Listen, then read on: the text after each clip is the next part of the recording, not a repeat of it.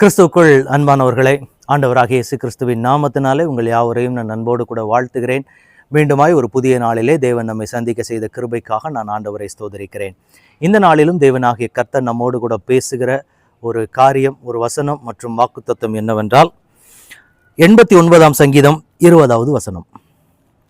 என் தாசனாகிய தாவீதை கண்டுபிடித்தேன், என் பரிசுத்த தைலத்தினால் அவனை அபிஷேகம் பண்ணினேன். ஆண்டவர் இந்த நாளிலே சொல்லுகிற ஒரு வார்த்தை என்னவென்றால், என் தாசனாகிய தாவீதை கண்டுபிடித்தேன், என் பரிசுத்த தைலத்தினால் அவனை அபிஷேகம் பண்ணினேன். ஆண்டவர் இந்த இடத்துல சொல்லுகிற ஒரு வார்த்தையை பார்க்கும்போது, அவருடைய தாசனாகிய தாவீதை அவர் கண்டுபிடித்து அவரை அபிஷேகம் பண்ணினாராம். இந்த நாளிலே ஆண்டவர் சொல்லுகிற ஒரு காரியம், நம்மோடு கூட ஆண்டவர் பேசுகிற ஒரு காரியம் என்ன அப்படின்னு பார்த்தீங்கன்னா, இன்றைக்கு ஆண்டவருடைய கண்கள் உங்களையும் கண்டுபிடித்திருக்கிறது. அன்றைக்கு எப்படி தாவீதை ஆண்டவர் கண்டுபிடித்தாரோ அதே மாதிரி தான் இன்றைக்கு ஆண்டவர் உங்களையும் என்னையும் கண்டுபிடித்திருக்கிறார். ஏன் அப்படின்னா, அவருடைய பரிசுத்த தைலத்தினால உங்களையும் என்னையும் அபிஷேகம் பண்ணுகிறதற்காக. எனக்கு அன்பான தேவனுடைய பிள்ளைகளே, இன்றைக்கு ஆண்டவருடைய பாதத்திலே காத்திருக்கிற நீங்கள், நம்ம ஏன் ரட்சிக்கப்பட்டேன், ஆண்டவருடைய பாதத்தில் நான் காத்திருக்கிற பொழுது ஏன் நம்ம ரட்சிக்கப்பட்டோம் அப்படின்ற ஒரு கேள்வியோடு இன்னைக்கு ஆண்டவருடைய பாதத்தில் நிற்கிற உங்களுக்காக தான் இன்றைக்கு ஆண்டவர் பேசுகிறார்.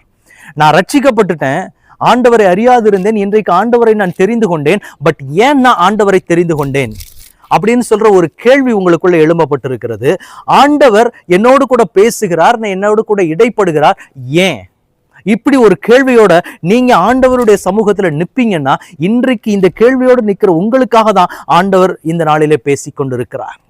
என்ன காரியம் அப்படின்னா, எனக்கான காரியம் என்ன, என்னுடைய அழைப்பு என்ன, என்னுடைய தரிசனம் என்ன, நான் எதற்காக ஆண்டவருடைய பாதத்தில் நிற்கிறேன், ஏன் என்னை ரட்சித்தார், எவ்வளவு இக்கட்டான ஒரு சூழ்நிலையில் நின்றேன், இயேசு கிறிஸ்துவை மறுதலித்து கொண்டிருந்த என்ன இன்றைக்கு ஆண்டவரை ஆராதிக்கும்படியாக, இயேசு கிறிஸ்துவை தன் சொந்த இரட்சகராக ஏற்றுக்கொள்ளும்படி என்னை அவர் தெரிந்து கொண்டாரே, அந்த தெரிந்து கொண்டதுக்கான ரீசன் என்ன என்று சொல்லி ஆண்டவருடைய பாதத்திலே காத்து கொண்டிருக்கிற தேவனுடைய பிள்ளையே, இந்த நாளிலே கர்த்தர் உங்களோடு என்னோடும் பேசுகிற ஒரு காரியம் என்ன அப்படின்னு பார்க்கும்போது, ஆண்டவர் இங்கே தாவீதை கண்டுபிடித்தேன் என்று சொல்லுகிறார்.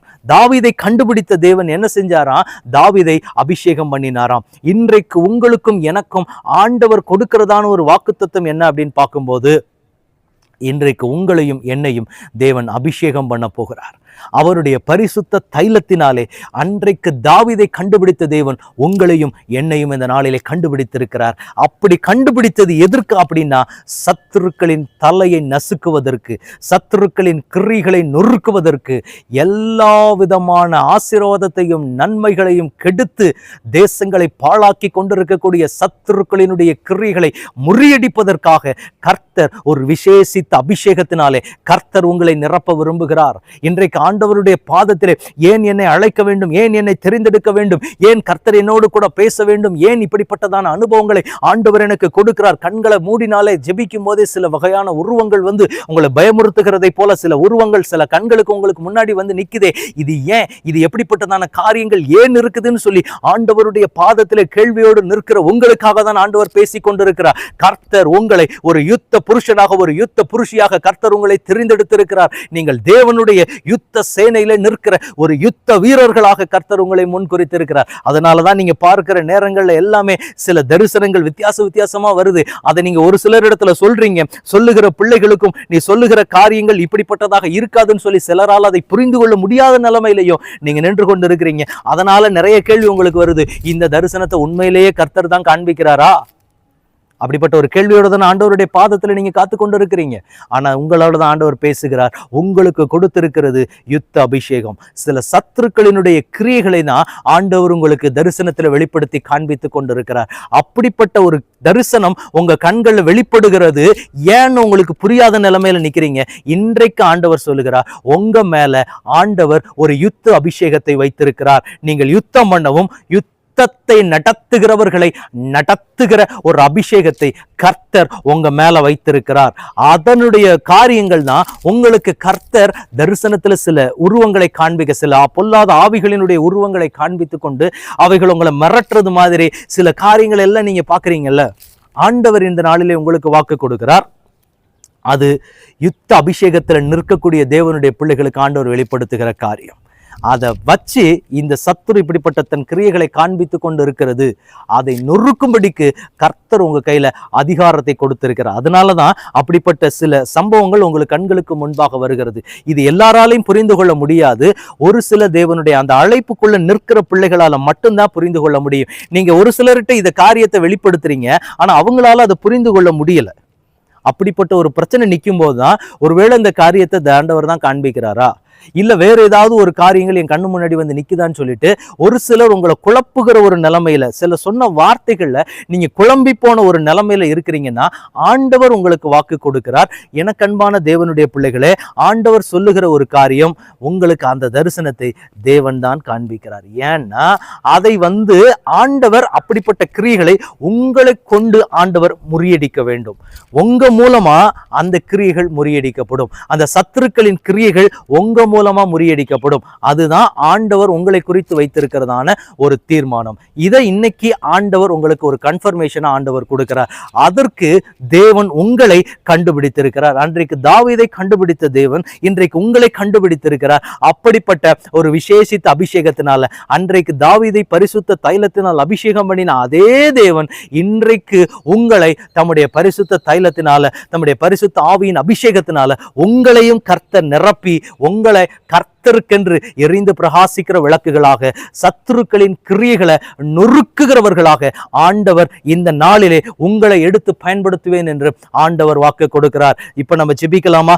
இப்ப ஜெபிக்கும் போது ஒரு விசேஷித்த அபிஷேகம் உங்களை நிரப்ப ஆரம்பிக்கும். ஆண்டவர் உங்களை முன்குறித்ததற்கு அடையாளமாக, உங்களோடு கர்த்தர் தான் பேசிக் கொண்டிருக்கிறார் என்பதற்கு ஒரு அடையாளமாக, ஒரு விசேஷித்த ஆவியின் அபிஷேகத்தினால கர்த்தர் இப்பொழுது உங்களை நிரப்ப போகிறார். ஜெபிக்கலாமா? தகப்பனே, உடைய பரத்துல ஒப்பு கொடுக்கிறேன். உம்முடைய பிள்ளைகள் உம்முடைய பாதத்துல காத்திருக்கிறாங்க. ஆண்டவரே, அப்பா, எதற்காக தேவரீர் என்ன அழைச்சிங்க? கண்களுக்கு முன்பாக சில தரிசனங்களை பார்க்கறாங்க.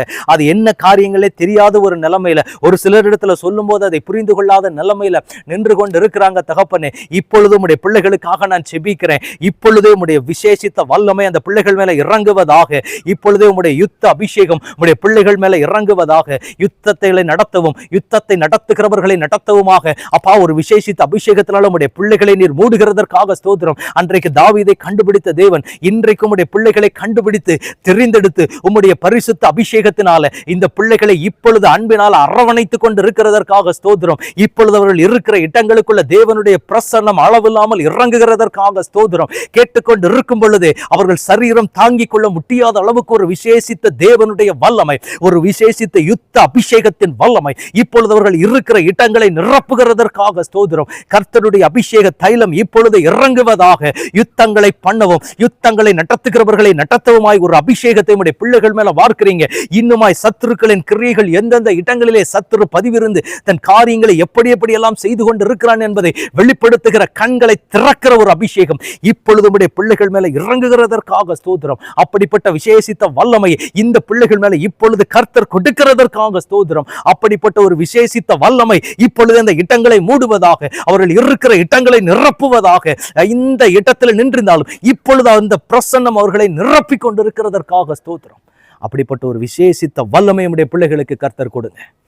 உடைய கரங்களை ஒப்புக் கொடுக்கிற ஆண்டவரே, கர்த்தருடைய வல்லமை இப்பொழுது அவர்களை நிரப்பி இருக்கிறதற்காக ஸ்தோத்திரம். மீண்டுமாய் கர்த்தர் அந்த பிள்ளைகளோடு இருக்கிறீர் என்பதை நீங்க நிரூபித்து காண்பிக்கிறதற்காக உமக்கு ஸ்தோத்திரம். தட்டைகளை ஒட்டங்க சூழ்நிலைகளை மாற்றுங்க. இயேசு கிறிஸ்துவின் நாமத்தில் ஜெபம் கேளும் எங்கள் நல்ல பிதாவே. ஆமேன், ஆமேன், ஆமேன். God bless you.